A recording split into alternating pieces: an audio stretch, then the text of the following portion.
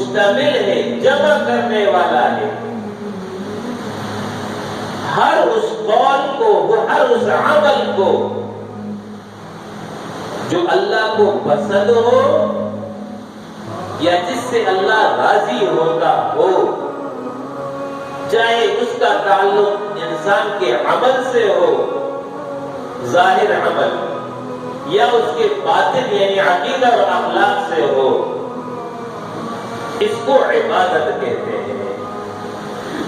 پھر تفصیل بیان کی اور اس میں یہ تمام چیزیں گنوائی کہ الصلاۃ، الزکوٰۃ، الصوم، الحج، یہ سب عبادت ہے۔ نیکی کا حکم دینا، برائی سے روکنا، سچ بولنا، صلہ رحمی کرنا، والدین کے حقوق ادا کرنا، پڑوسیوں کا حق ادا کرنا، اپنی زبان کو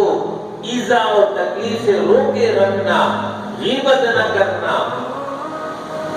وغیرہ وغیرہ، یہ سب گنواتے رہے۔ آخر میں ایک جملہ ارشاد فرمایا،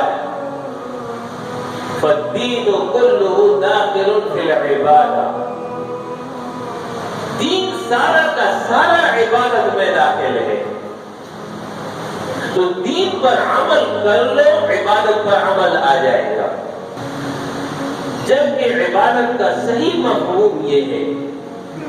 کہ انسان اللہ کی رضا اور اس کے پسند کے مطابق قول اور عمل اختیار کر لے، چاہے اس کا تعلق مسجد سے ہو، چاہے اس کا تعلق گھر سے ہو، چاہے اس کا تعلق بازار سے ہو، چاہے اس کا تعلق معاشرے سے ہو، چاہے اس کا تعلق انفرادی یا اجتماعی دائرے سے ہو۔ ہر دائرے میں، ہر جگہ ایک اللہ کے حکم کی تابعداری کرنا، اس کی رضا کے مطابق عمل اختیار کرنا،